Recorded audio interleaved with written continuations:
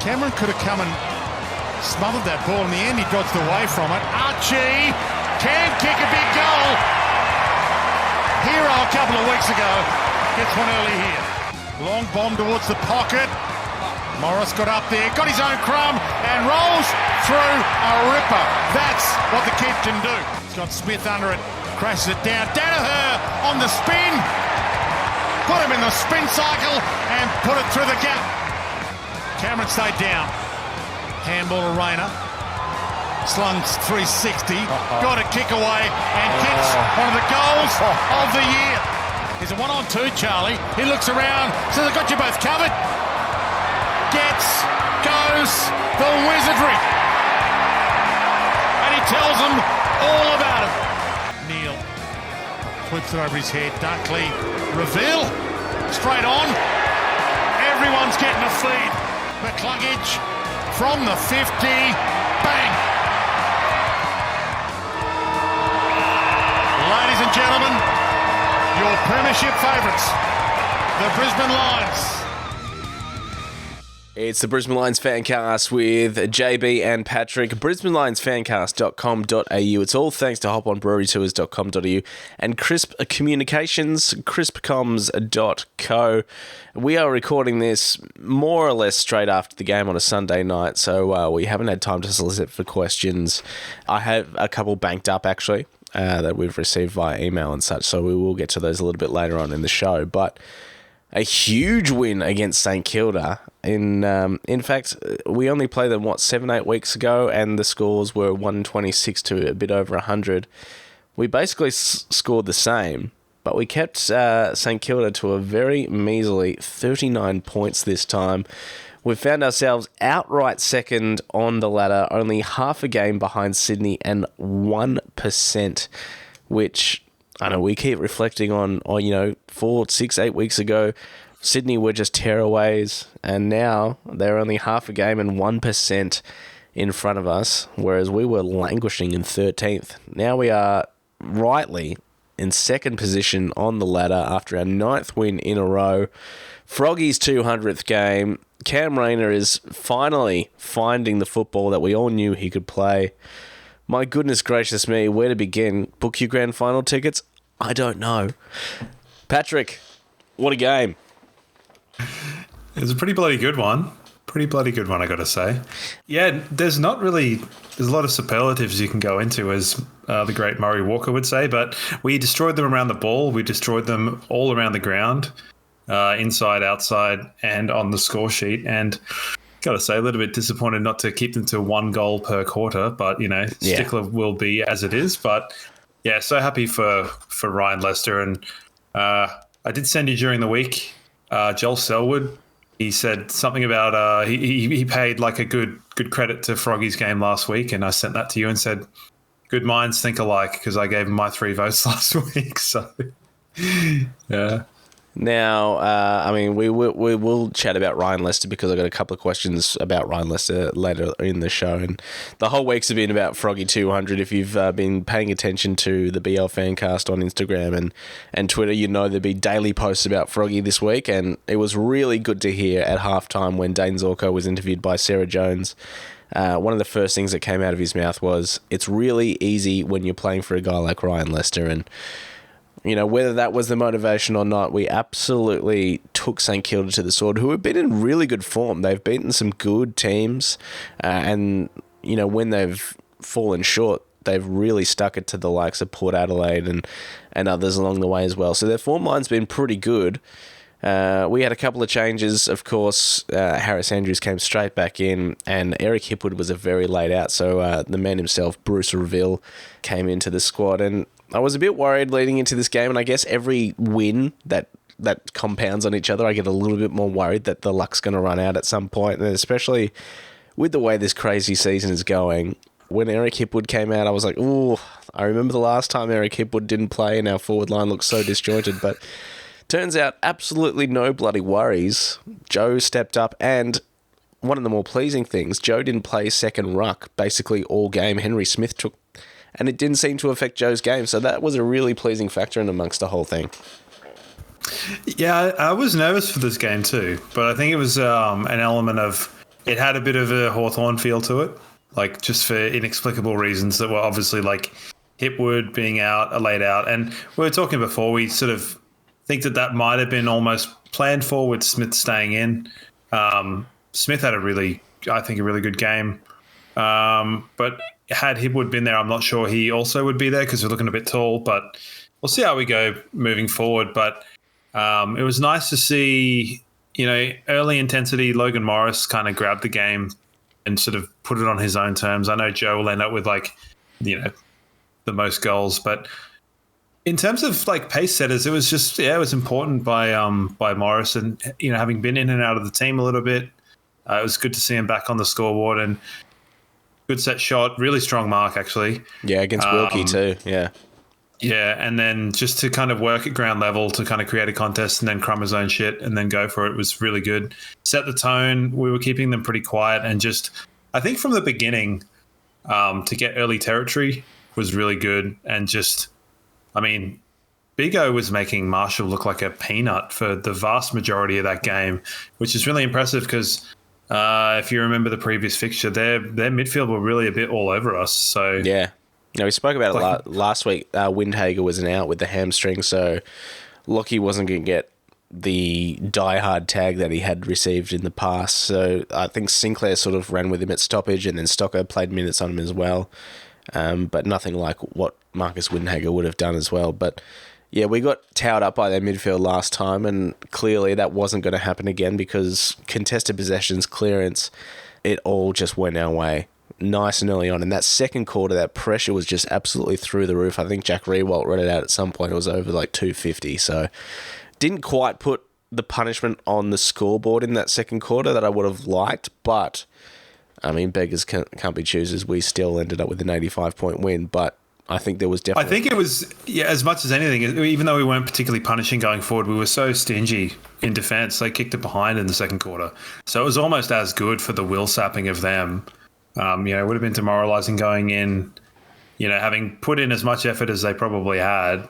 And then we sort of just went bang, bang, bang at the start of the third quarter. So how good. Now, I wanted to touch on the fact that we've obviously won 9 in a row, but we sort of spoke about it last week. I thought teams like the Bulldogs and Hawthorn were playing probably better footy. Like there was a couple of games where we just sort of not limped across the line, but we did what we needed to do. There were some mature wins and we had to grind out a couple of wins. The standouts obviously being the game against the Bulldogs where we towed them up, and Port Adelaide down in Adelaide. Both away games, which was fantastic as well. And this is another one where it was a genuine complete performance, 4-quarter performance, attack, defence, all over the shop. Just got them. Yeah, a little bit of complacency crept in the third quarter, but I think that's kind of expected when you've kind of, was sort of mentioned, I think maybe on comms, maybe by Fagan before the game, just that we'd had some physical battles and slightly undermanned situations. And although that's probably not something that most teams haven't had to deal with, the Saints have kind of had 2 pretty comprehensive wins in the last 2 weeks. So they seem to be they should have been running on top of the ground, as they say, which I don't quite understand that expression personally, because I've never really been knee deep in the ground other than in like a awful situation involving mud, but let's not go there. So all things considered, I think we're showing enough flashes at times that we've really that I still think our best is the best. And I've been pretty staunch on that the whole year. It's just been a bit patchy, and there's been elements of the team defense, I think, that we've kind of really worked on. And given heading into the game, I think the idea of Sinclair and Wanganeen Miller were kind of scary prospects. Both of them Sinclair tends to be always in good form, and Wanganeen Miller has been in some really good form too. So their back half game was a watch coming into it, and I think we handled it really well because obviously they didn't score very much at all. So they surely can't have scored very much from back half turnover. So that's a good way to stop it. Yeah, fair to say Sinclair's form, he had that, I'm not sure if it was last year or the year before, he had that real standout year, but he hasn't been able to replicate that since. Wanganeen Miller definitely had a great game last week. Yeah, he did some things here and there today, but yeah, I think it was all just too much for St Kilda today. And maybe it was a case of their luck running aground as well, and they were a bit burnt out from some pretty hefty performances over the last month or so, and they they phoned in today's game. But their loss definitely our win. We were having a bit of a chat about it before we got into the show today. Find ourselves top 3 for both points for and against. So that is that's done wonders for us. We gained about 5%. We find ourselves just 1% below Sydney, as I said just before, and really making a charge in the road to September, as Lee Montagna said on 360 last week, that it's very reminiscent of Geelong 2022, and we were one of the very last teams to come across that Geelong 2022 team that knew exactly what they were all about. So if that's anything to go by, maybe start booking some flights, booking some hotels. Just everyone can crash at my house.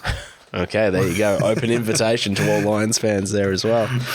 All right, where do you want to start with this whole thing? Because there's plenty to talk about. We also mentioned this just before we started recording as well. Votes are going to be very, very tough. Yeah, it's almost like an element of talking about people that could get votes but aren't going to, because it's like kind of impossible to give everybody votes.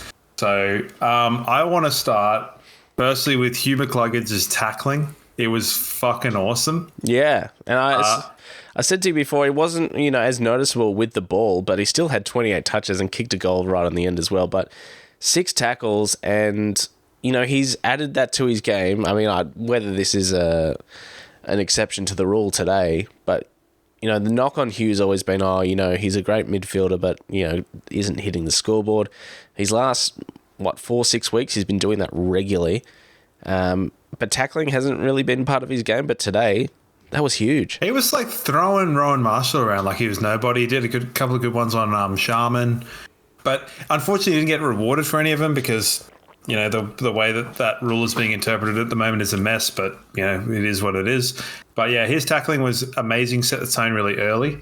Another one that we talked about, Brandon Starcevich, I thought had like his best game possibly ever. A high level of intercepts.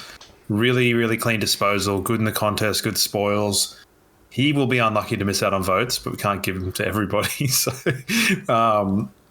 although maybe he might sneak one. I don't know. I haven't figured it out yet. I'm still, even as we speak, I'm still tossing and turning between like 6 or 7 players to give votes to this week, and that is obviously a fantastic problem to have. Yeah, it's been good because he was such a kind of crucial lockdown defender early on in his stint down back. And now he's kind of gone into with Froggy having to play taller, he's now almost taking the Froggy spot, where he's also kind of playing a bit taller, playing a bit smaller. I know he was playing on Jack Higgins, who really was their kind of spark in the return fixture earlier on. So to keep him from 5 goals to no goals, and just to keep things ticking over, it was really good, really awesome. Obviously great to have Harris back, and he is hilarious. Him just sort of walking the ball over the line was funny and kind of classically him. I mean, how good was it to have Harris back? Honestly, like 14 marks, didn't miss a beat.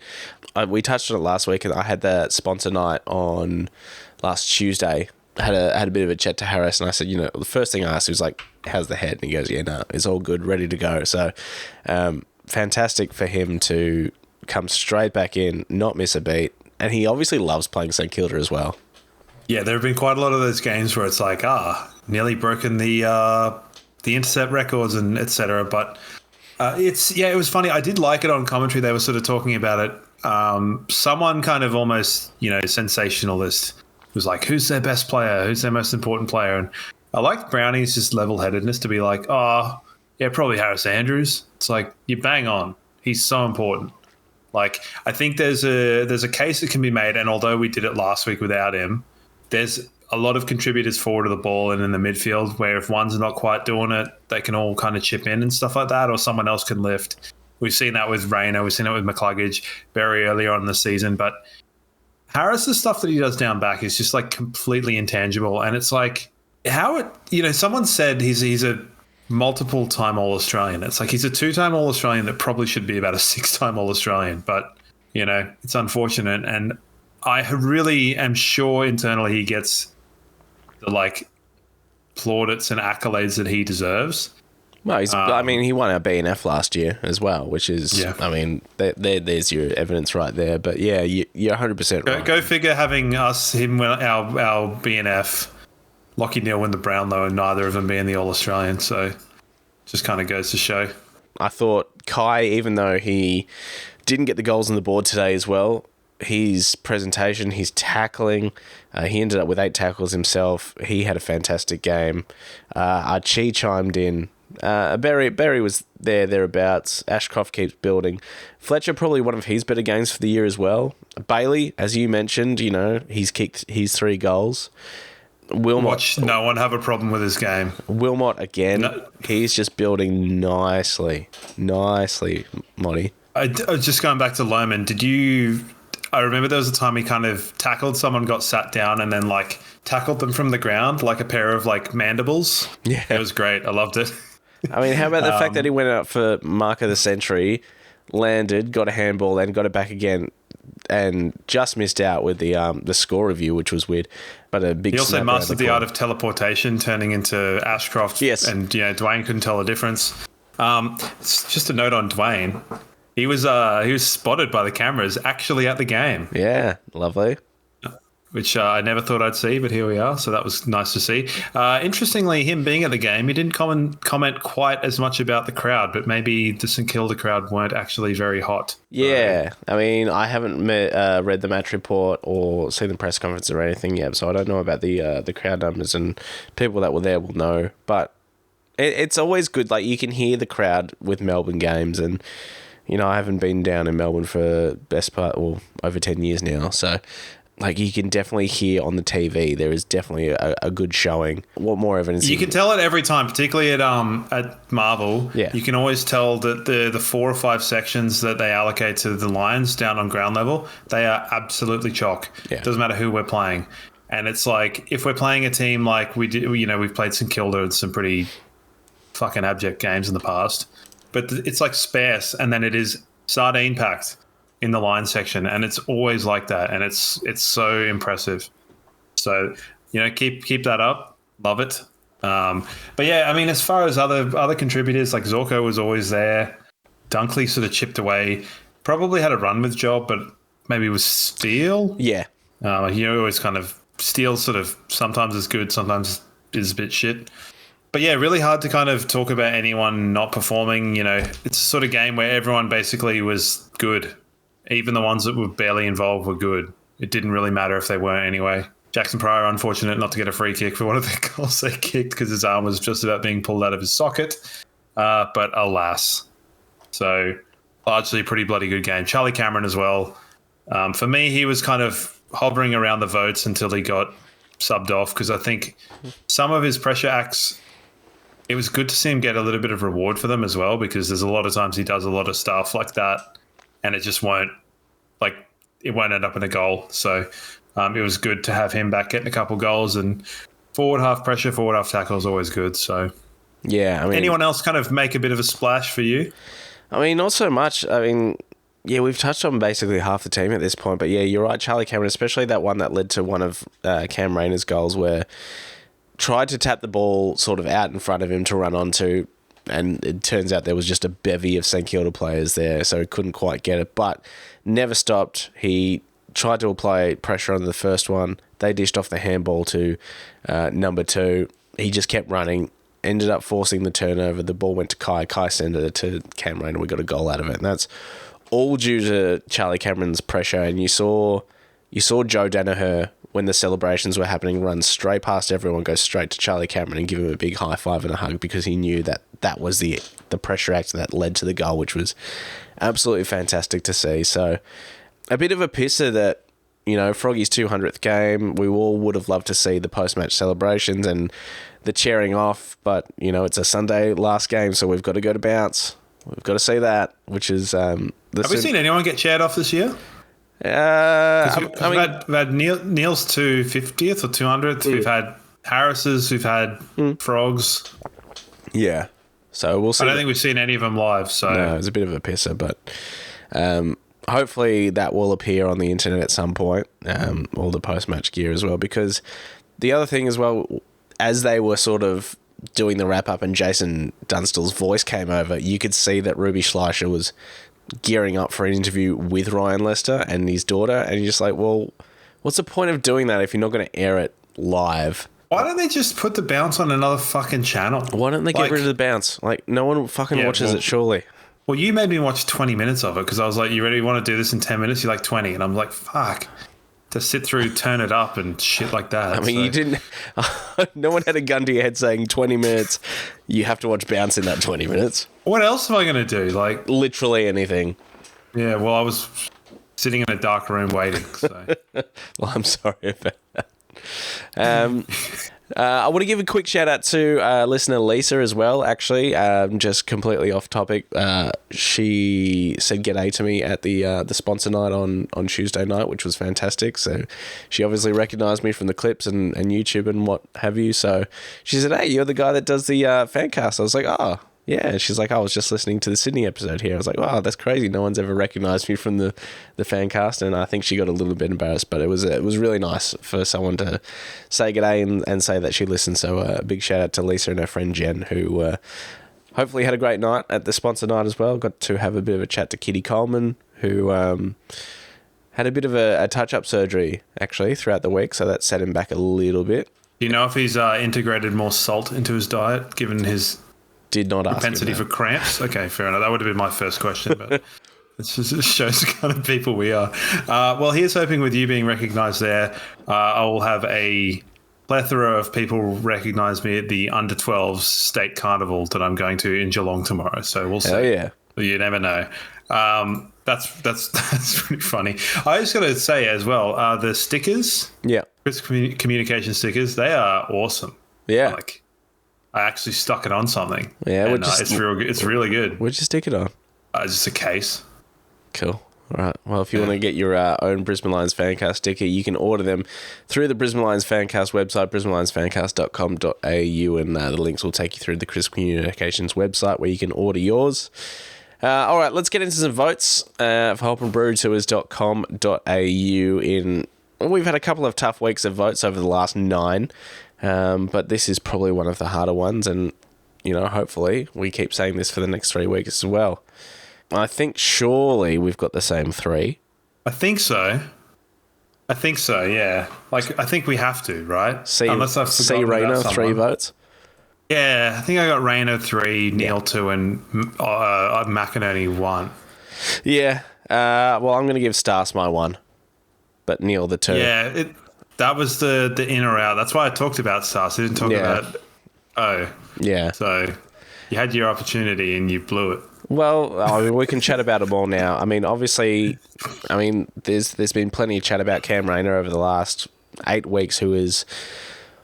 I don't want to say he's finally become the footballer we all know, because there's every chance that he goes back into his shell next week. But the body of proof is there that he is putting together a really nice patch of football. He just breaks tackles for fun. He's hitting the scoreboard. His confidence is at an all-time high. He's playing some really, really good football and showing the promise that I guess we all thought we were going to see in 2017 when we drafted him. And he's shown flashes here and there, a game here, a game there, a quarter here, a quarter there, and obviously the knee.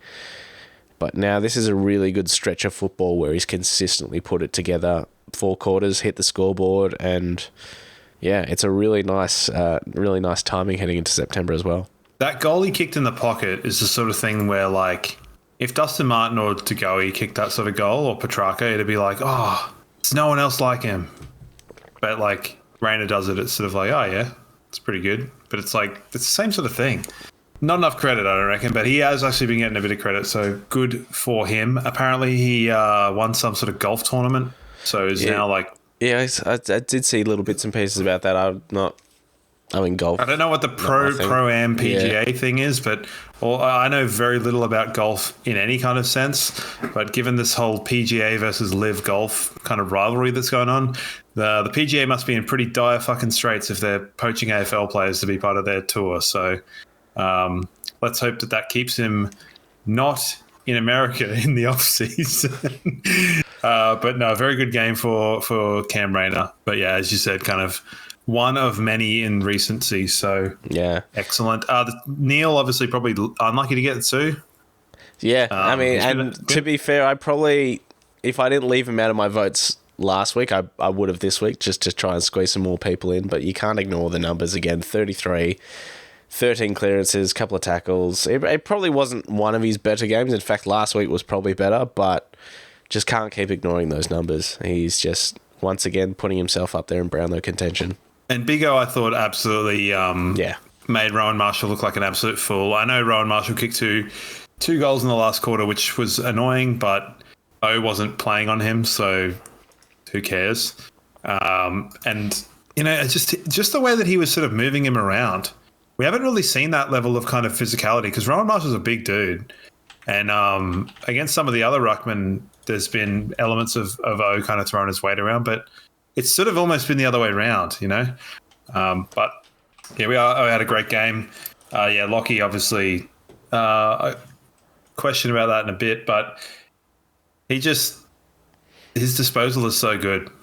It's so good. Yeah. And it's so consistent. So I'm really happy that he's worked on that, obviously and evidently quite hard. So now question, we didn't actually talk about it last week with the Harris Andrews Concussion situation and the $40,000 fine that we got, which obviously was a suspended thing from the AFLW final. Yeah. Bit weird to sort of see like Lachie Neale and Henry Smith Take their time getting off the ground. Yeah. It just seemed a bit like, do you want to maybe like sort that out pretty quick? Yeah, that was a bit, because Henry Smith, how many times did he reach for that head after he got clonked? Well, it got cut open. So it's like, I mean, trying to think if I've like cut my head open in my hairline before. And I don't think I have, but I've had quite a lot of concussions. So maybe it's better if you cut your head open. I don't know. But yeah, Neil obviously went down in a kind of pretty big hit. I would have kind of been cautious if I was them, and maybe they did the right things. Maybe they didn't get the message from the spotter, but it's hard to think that a knee in the back of someone's head wouldn't warrant a HIA. So I don't know. Just a little word. There's kind of two people we didn't mention. So Henry Smith, I thought, had like quite a good game. Yeah, he lacks a bit of confidence in terms of. I mean, he wasn't really in any kind of chances to score anyway. There was probably one where he dished a handball, and there was a better handball or short kick option, but he dished the handball to Berry, and Berry got pinged straight away. It was a bit of a hospital handball, but he was probably within his rights to have a ping at that point as well. But his confidence, he just looks nervous.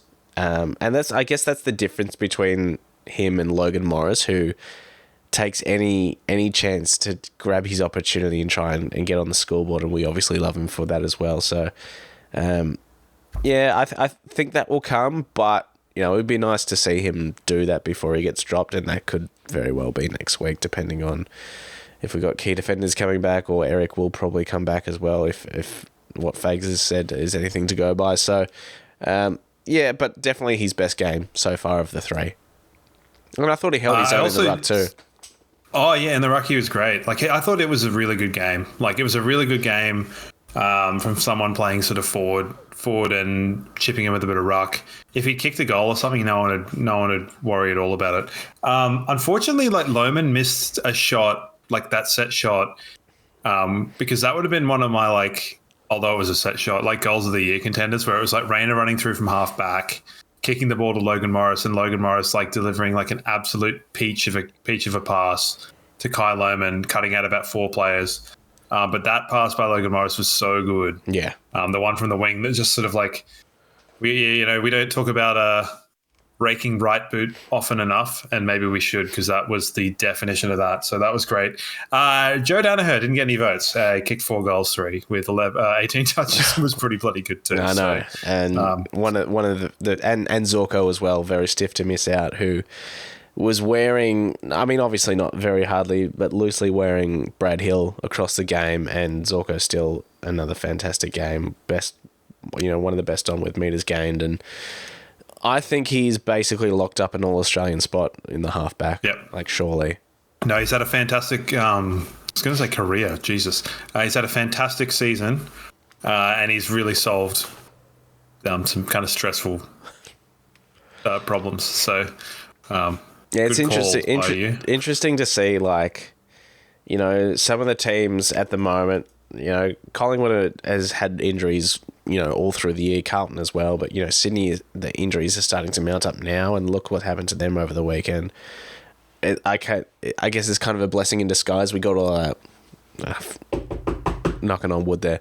We got a big, you know, hit of injuries early on in the season. Gave us enough time to work out how to work around that. So lucky for us in that respect. But yeah. Yeah, I think it's kind of refreshed the list a little bit in terms of fringe players and stuff like that. And kind of, you know, there's been players that, you know, we probably wouldn't have had contributing at all. And if it had, you know, push had come to shove, we would have probably thought other players would have contributed in like a more tangible way, but it just didn't kind of work out that way. Like, I don't think people necessarily would have assumed at this point in the year we had like Reville and Henry Smith and shit like that running around. Like, well, yeah, I mean, they are, and we touched on it last week that, you know, in the preseason games it was like Tunstall and Sharp and Jimmy Madden were getting regular games in the lead up to the season and the first couple of rounds. You're like, okay, these guys must be really knocking on the door and you know, the next in line to get in the squad here, but they've just sort of meandered, and we will obviously chat about Jimmy Tunstall very shortly and probably Jimmy Madden as well. So yeah, it's the unlikely types that have come forward and they've been a revelation. Well, I think there's been like positive sort of steps progressing over the course of the season, and I think the most recent one has been one that people and we've been vocal about. I'd been kind of a bit like apathetic because I was like, oh, well, fucking if it doesn't happen, it doesn't happen. But Connor McKenna going out of the team just to give us that like defensive solidity, I think it's been really positive for the team. It's given us like far better defensive structure and almost like that defend first mentality, because you might be throwing away a little bit of creative kicking, but like I take that. I'll take Brain and Pryor over like, you know, McKenna and one of the two. Yeah. I just think that they're offering more in terms of like what the team needs. The team doesn't necessarily need more like, I mean, it said today we kicked goals off turnover. We didn't kick any from kick in because no one actually ever does that. So who cares? But like, we're getting enough creativity and drive from Wilmot and from Zorko. We don't need a third. Like, we don't need a third. And I think the difference, one of the big differences between this season and last season is actually how much Wilmot's improved in his forward kicking. Because it was good last year, but it wasn't quite like go-to good as it is this year. Yeah. And different style to Zorko. So, yeah, I'm happier with the more lockdown style. I think once one of the other tools comes back in, Jackson Pryor will drop out of the team. Yeah, for sure. It's because he's playing taller. Him and Starcevic are basically playing a pseudo tall. So I think it's a really healthy balance in the team at the moment, even though we're like, you know, our injury list isn't particularly fucking good either. So, well, there's a lot of knee season on our injury list at the moment as well. So hopefully Jack Payne will be back. Not necessarily, he won't be back for the Giants game. Maybe at best Collingwood, but more likely Essendon. It'd be good to get him at least a home and away game before finals for sure.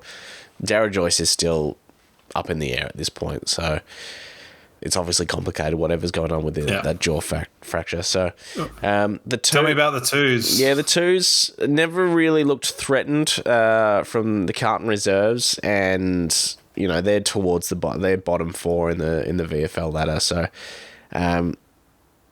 Jared Lyons had a complete performance. 29, 2 goals, 13 clearances, 9 tackles. That's about as good a game as you can really ask for. Dev again killed it. 36 touches, 13 clearances. Luke Beacon keeps on keeping on. I guess the talking points, like Brandon Ryan's actually putting together some pretty good footy as well. Like the last 4-6 weeks he's hitting the scoreboard. Darcy Craven had one of his better games as well. But the talking point is Jimmy Tunstall, who got stretchered off after a pretty horrific collision with an umpire where I think a Carlton defender just did a dump kick out of the back line. Jimmy Tunstall was ball watching, umpire ball watching. They both just clashed into each other and neither of them really got up. So it was pretty distressing to watch. So still waiting on an update at this point. It's 20-9 on a Sunday night. So hopefully it's just 1 week. But at this stage, like, I don't see Jimmy cracking the senior team at this point, but he's obviously been a very handy VFL player. So just fingers crossed that he's okay more than anything. I'm kind of keen to see vision of that, just because I've been quite critical of the umpires and their positioning over the course of the season, because it's not really been a thing that we've really heard too much about prior to, there's been very few and far between, but I just think the lack of awareness from umpires is like, I don't get, I'm going to go off on a rant a little bit here, but so you've got 4 umpires now. Yep. Why is it that the guy that bounces the ball or throws the ball up is the one that is required to then adjudicate the contest around it? Why can't you go, okay, you just throw the ball up and get the fuck out of there and let the other guys adjudicate that area? And then because that's the same number of umpires you had anyway. So, like, why do you need to be backing out and, like, reduce the amount of focus that they have to have? Like, give them a bit more game awareness. I don't know. And I'm not saying that this is what happened when that happened, but the amount of times that, like, the umpires are, like, cutting off, like, 45-degree kicks and stuff is just, I don't know. Get out of the way. Jimmy Madden finished the game in a tracksuit, but I think he was sort of one of the first call-ups for the seniors, so that makes a little bit more sense there. The more worrying sign was Carter Michael, who ended up in full civvies by the end of the game and only finished with 3 touches, so don't know what the go is with him at this point, but, I mean, surely not another injury to this poor bloke that cannot catch a fucking break. Yeah, I don't know what to say about that, really. Like, he came in, showed, like, a couple of flashes when he played his one game a couple of years ago. Yeah. But, he seems like a pretty big-bodied, good runner, but when you can't run because you're not on the pitch, it's kind of hard to sort of put any stock into it. So it's a bit of a shame, but we've been wanting him to string some games together, and it just can't looks happen. Unlikely. Like, and reality is he's probably going to get shown the door at the end of the season, and that would be a real shame. And, fingers crossed he can get his body right and maybe find himself on a rookie list at some point. But, Connor McKenna went back and played 2s, obviously. Didn't do anything outrageous. I think he's set to stay there again next week. We did have Sam Marshall play in the VFL team, who is an academy prospect that we are looking at with points and stuff. So, his next step up in his development. So, hopefully he's richer for the experience. Once again, didn't do anything outrageous, but, good to get some game time in him as well. So, you learn a lot when you're a young fella playing in with men. It's a big difference to playing TAC Cup and stuff like that. And it was good to know during the week that the drafting kind of situation got kind of nutted out a little bit more coherently. So we will have access to our academy picks and to Ashcroft for this year. Yeah. I'm not super sure how it is going forward, but just a slight aside to that, with St Kilda being the biggest ones with, like, a bug up their butt about that, like, they did have quite a few guys that are, like, academy next gen players that were playing it. It's like, what? Like, why have you got a problem with it when you've got, like, Owens and Filippo and that new guy and stuff like that? You wouldn't have had them. Yeah. It's really pot kettle black kind of annoying stuff. Like, it is a bit of a, and don't get me wrong, I obviously love the father-son. I'll always have, because I'm a footy romantic and I do love that side of it. And, I love seeing Riley West play really good footy for the Bulldogs at the moment, because Scotty West was one of my favourites growing up. It is a bit of so that's why. Gotcha, okay. But it is a bit of a piss take that we may push deep into finals again and then still potentially get the number 1 pick in Levi Ashcroft. Cal Toomey put him as the number 1. If he nominates the Lions, I had a bit of a chat to Will about Levi, and he said, oh, yeah, hopefully, but there's a few things that he's got to consider. And I said, if he's got a missus down there or, friendship group and all that sort of stuff. But I do hear that their dad has bought a property up in Queensland, so... well, I suppose it's not too dissimilar to, like, when Richmond won the flag in 2017 and then Tom Lynch decided to go there, like, as a free agency. So there's problems all over the place if you look at it. There's nothing to stop good players. Like, I think Eddie Maguire said it quite soundly, where he's like, if you want to make it entirely fair, make it entirely fair. But don't kind of make it unfair in certain ways and fair in other ways. So, is what it is. But I'm just happy that option's there if we want it. I think some of the teams that are having problems with it are probably not the ones that are drafting super well. And I think things like looking at North Melbourne's priority picks they were given last year, given that they had 5 picks in the first round, is like that's far more advantageous. Yeah, but they had to. I think the restrictions where they had to. That's a trade 2. Yeah, okay. But they could trade 2 with 2 futures. So they could go, oh, we'll trade these 2 with 2 futures for next year, and it's like it's still 5 first round picks that they were given in one season. Yeah, like there's no way that you're telling me that.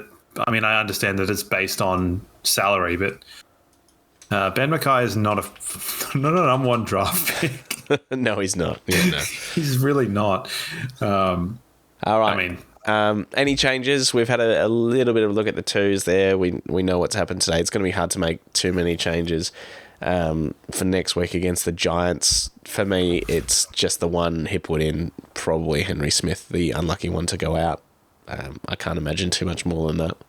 No, I think that's the one that is kind of pretty obvious, and it's more a structural thing. Like we don't really want to be going in unnecessarily tall. And then I think once one of the bigger defenders comes back, then it'll be a case of sort of shuffling. I think probably shuffling Pryor out, and you know, Brain will kind of stay. So I think that's good. It's a bit of a, and then just whoever's playing sub is just a matter of kind of horses for courses, as we've talked about. So, I think that's the only one, and it's a bit of a shame we haven't got Joyce or Payne available for this week, because as we know, like Hogan is just in rare form at the moment, and last time Riccardi didn't do a huge amount, but Callum Brown, obviously, I mean, all of them were just kicking goals from outside 50 like it was nothing. So it would be nice to have another key defender, but we're going to have to do what we're going to do. Cornelio will be out. Josh Kelly is a bit of a wait and see. He's been battling with that calf for quite a while, so he was... The only positive is Callum Brown, basically after he destroyed McCartney, he basically hasn't played. Yeah. Like, I don't know, that's got to be one of the biggest fall-offs of the year, Callum Brown. Like, because we were saying in that game that he's possibly the best kick in the AFL. He's so pure on his kicks.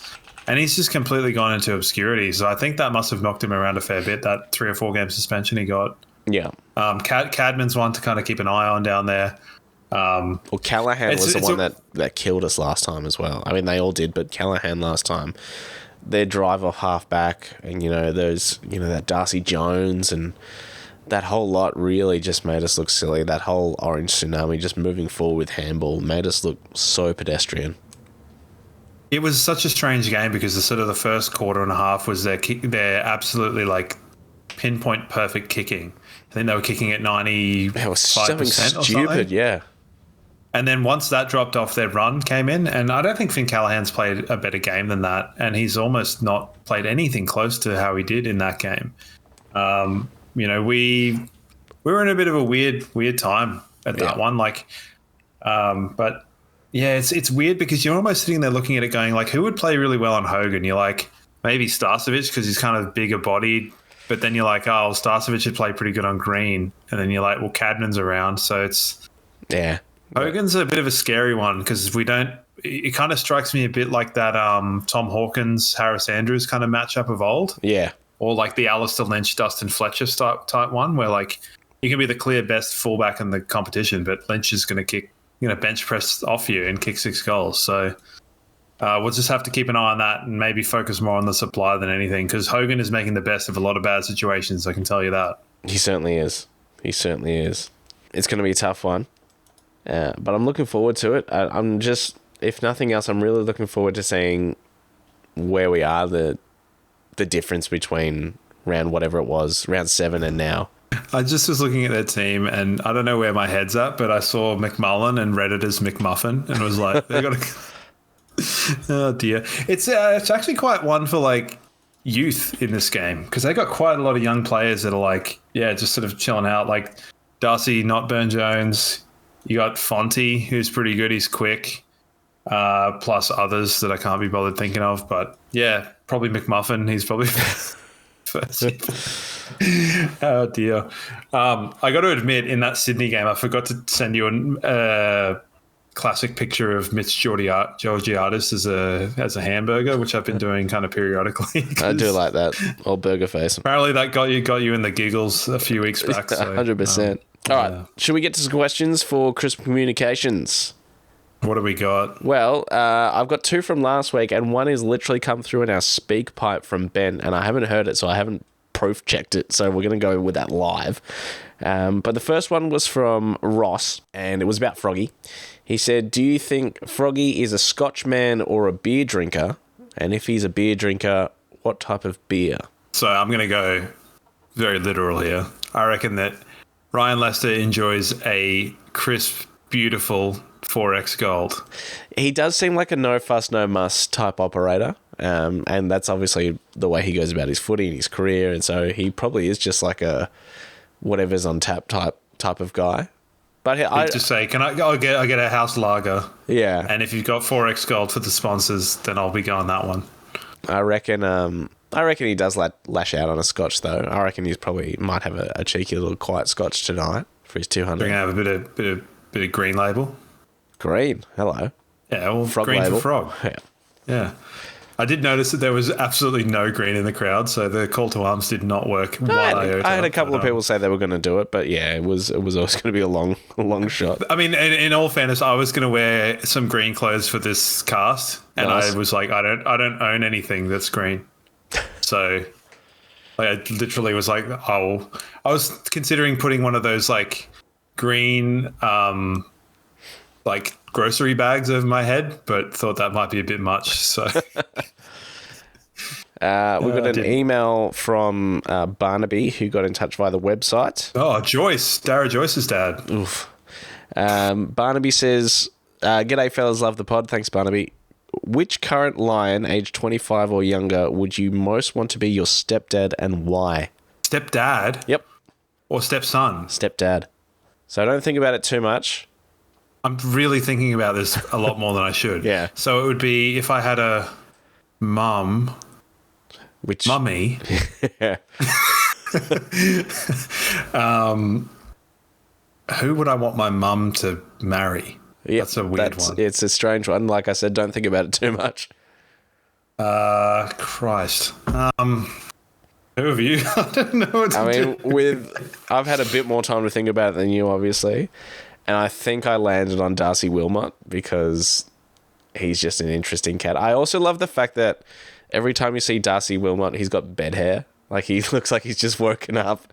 And he got, like, this bit sticking out at the sort of back right side. And he just seems like he marches to the beat of his own drum type operator. He just seems like a nice and cool dude.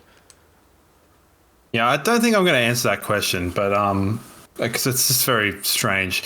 What I will say is that our bench in the first quarter, they panned over to the bench, and it looked like a boy band. It was hilarious. It was Dawson, aka Shadow Brain, because he looks like Dawson from Dawson's Creek, Zach Bailey, Smith, and Ashcroft. It's like, man, get those guys a contract for like a boy band because they were all there. So maybe because I'm a gold digger, I'll just go Ashcroft just so that he can buy me shit with his like $1 million contract that he'll eventually get. Fair enough. I like that. All right, let's hear from Ben, who got in touch via our speak pipe. And once again, I don't know what this is going to say, so let's enjoy this in real time. All right. Why isn't Lockie Neal in the greatest of all time conversation? He has been consistently one of the best players of the last 5 or 6 years. 2019, third place Brownlow, 2020 Brownlow medal winner. 2021 had injuries. 2022 should have won the Brownlow. 2023 won the Brownlow. 2024 probably win the Brownlow. This man needs to be in the GOAT conversations.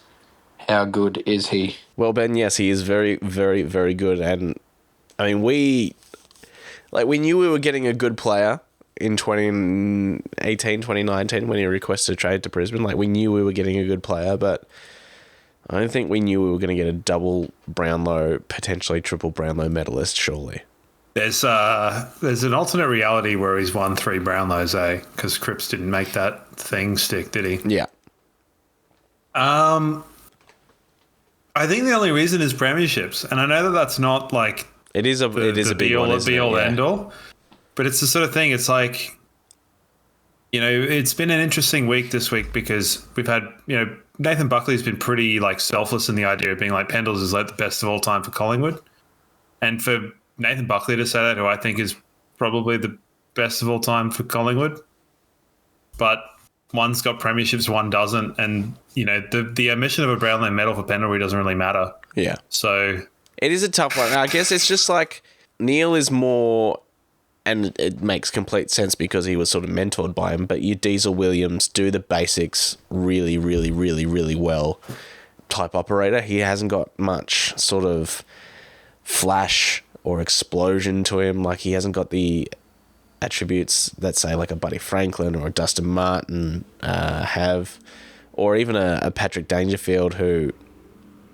they've got something a little bit intangible about the way they play their footy, and I guess it is that explosiveness. But Lachie Neale has just been amazingly consistent for such a long time, and Paddy Dangerfield hasn't had that. Dustin Martin didn't have that. He was very good for a long time, but he had that one real standout season, 2017, where he just took all before him. But yeah, premierships probably plays into it, but I guess it is also that he's just more a workman type footballer rather than he hasn't got that, like that stuff that makes you stand up and go, oh my God, wow, like what are we seeing right here? it's a bit of a shame, and I think it'd be curious to see him in different eras. And I know that's kind of the great impossibility in football is like, how would he factor into like, different teams? What would he bring to them? What would he do? Yeah. Because, a lot of talk about Pendlebury this week as well. And I said, funnily enough, I was like, he's kind of similar to Simon Black in the way that he played. And then they fucking said that like 5 minutes later, in terms of games played and, being classed as like a slower player, but reading the game a lot better. Yeah. And it's like, Neil's got that, but not to the extent that maybe Simon Black had it, but he's also got things that Simon Black didn't have in terms of he actually probably is a little bit more explosive. So he's kind of almost this absolute, like, rather than being like a jack of all trades, he's like a king of all trades, but he's not quite an ace of everything. His ground ball gets obviously is his best thing. So maybe that is the thing that's like, he's better than anyone else that's played the game in, but it's hard. Yeah. I don't know. Like and the other, if he wins 2 premierships, maybe he will. And the other obvious thing that we're not factoring in here as well, he's played for 2 interstate clubs. That's a good point. Yeah, and I think that feeds into definitely the media narrative for sure. Like if you place a Lachie Neale in a Carlton, Collingwood, Essendon, Hawthorn, whatever, people are speaking about him because he's one of in the big teams, and I guess it sells clicks, it sells papers, all that sort of stuff. So that does factor into a little bit. The premierships factors into a little bit.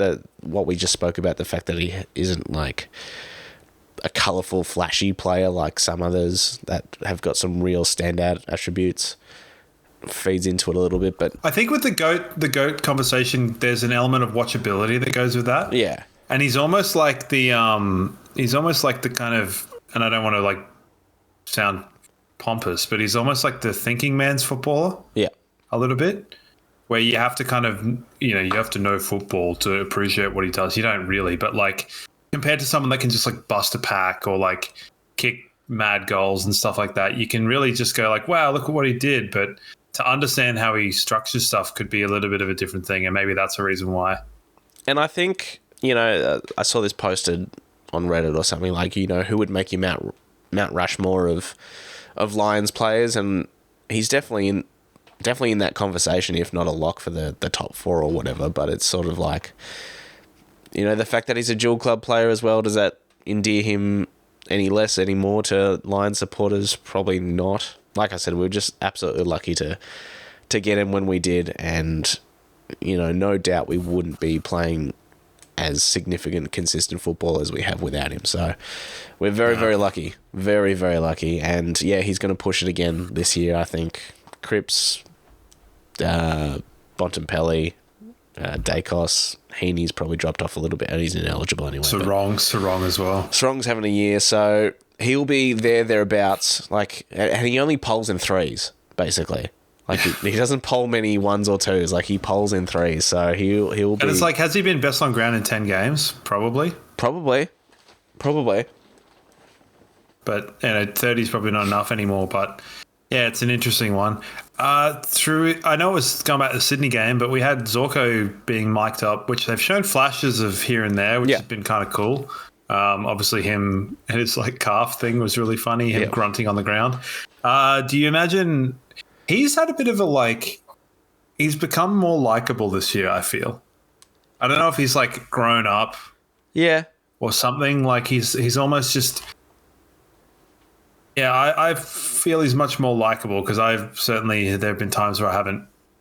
Exactly been A1 Team Zorko, but we all know that he has the capabilities of being a ginormous piece of shit, and we all know that.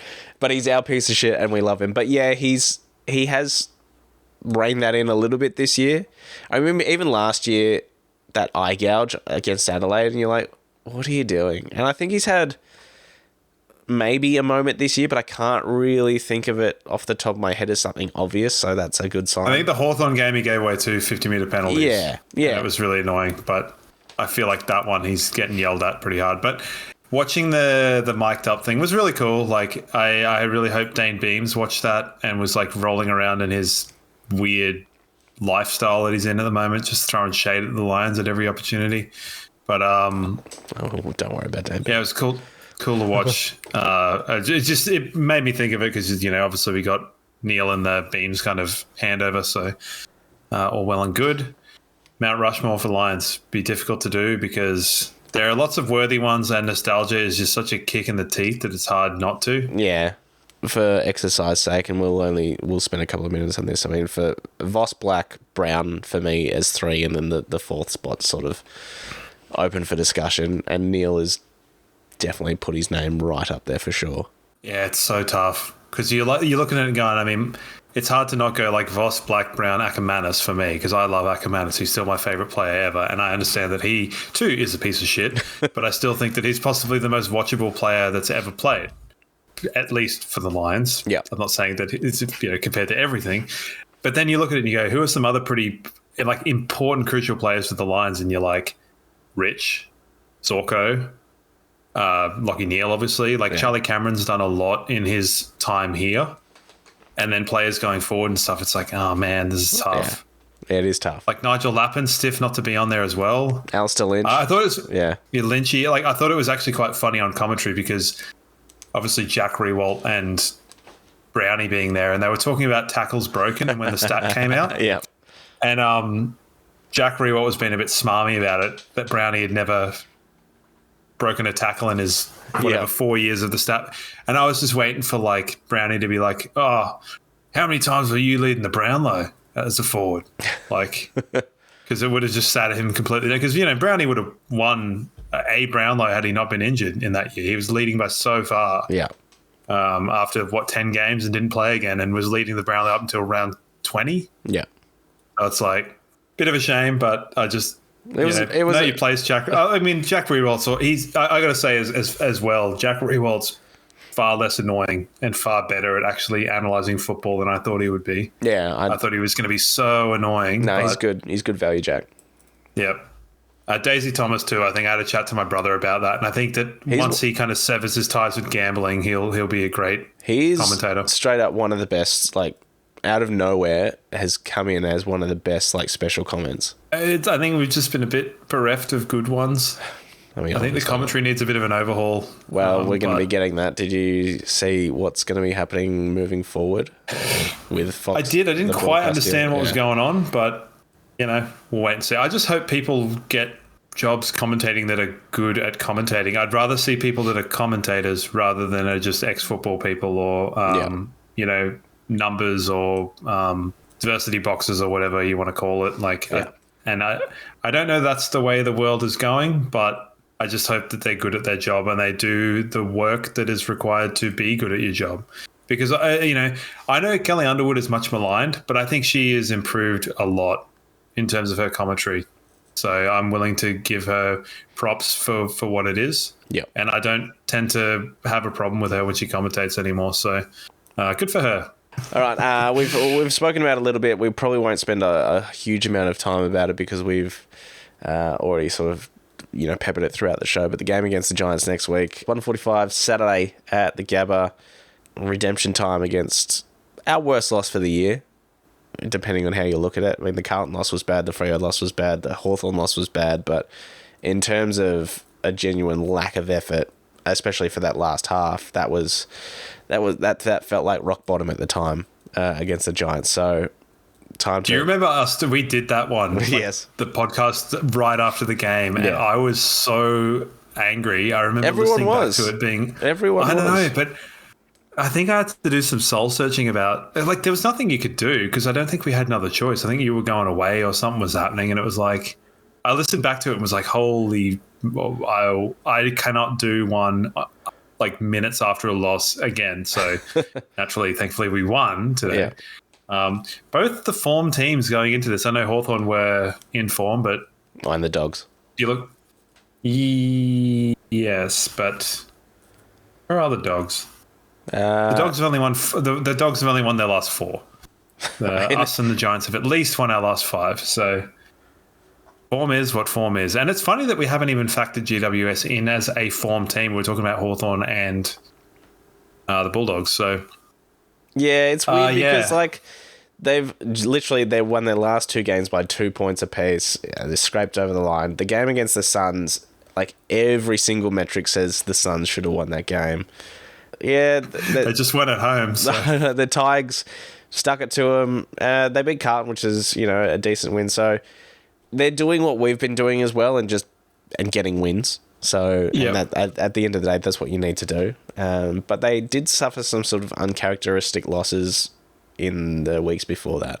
Yeah, well, they're kind of patching it together. Toby Green's back into a lot better form. Yeah. Same with like Briggs. Briggs is always a challenge. So Yeah. I think given how physical Owie was with Rowan Marshall is a good sign for the potential for this one. Well, yeah, 'Cause I don't know whether Briggs offers quite as much around the ground. So No, and we didn't have him. We didn't have Owie last time. We had Fort trying to duke it out with Kieran Briggs, and he just got thrown around.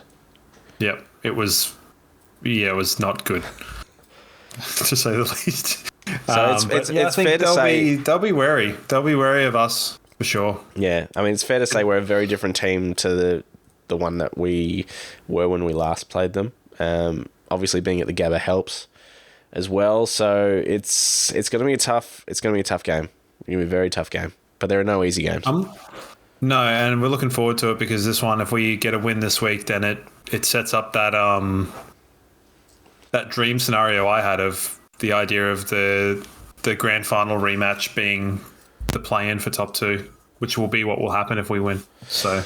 Yeah, I mean, Collingwood got their own problems. De Goey's out for 10 to 12 weeks. It was revealed today, so they're they got McStay back. They got a few players back here and there, but yeah, De Goey's a huge loss for them. And what happened to Sydney on the weekend? That was crazy.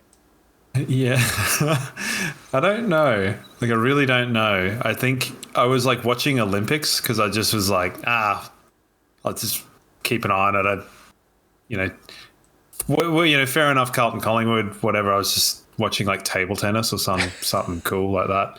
And table tennis is absolutely amazing, by the way. So, watching that one and just kept showing the score to my partner and being like, "What the hell is going on here?"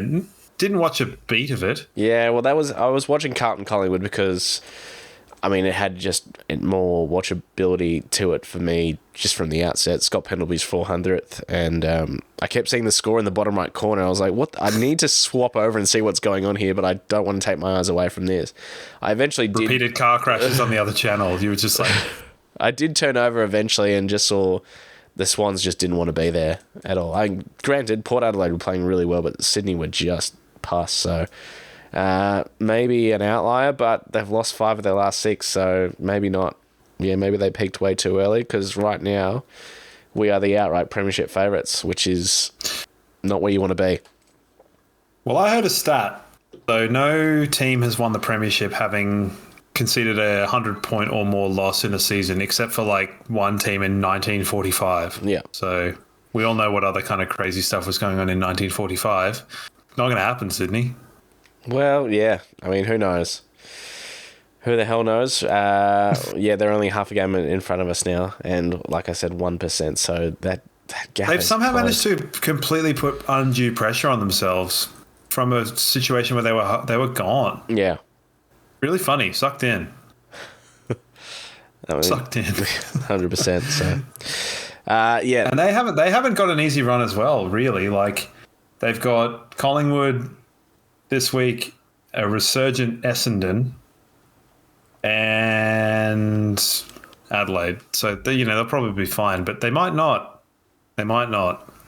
Well, 3 weeks left. We've got a tough enough run in front of us as it is. GWS, Collingwood at the G, and then Essendon to finish things off for Joe's 200th. All things being equal. So let's just keep winning some games of footy, shall we? I've been saying since round 7. Just win the game. And Yeah, look, just win the thing. Just do it. and look, it's win the worked. thing. It's worked. So just keep winning the thing. We'll be back next One week. week at a time, and just keep regenerating and going, and here we are. We'll be there. Or thereabouts. We certainly will. We'll be back next week with the Brisbane Lions Fancast. Make sure you give us a like, subscribe, rate, review, all that sort of gear. Check out their social media pages. Go to the website. Check out our sponsors as well. Hop on Brewery Tours and Crisp Communications, because without them, they're helping keep the lights on and paying for the podcast hosting and basically all that sort of stuff. So they've really helped out a great deal, and they do fantastic work as well. So huge shout out to those guys. Huge shout out to you for listening and making this all worth it. And a huge shout out to Froggy Lester for being a genuine good bloke.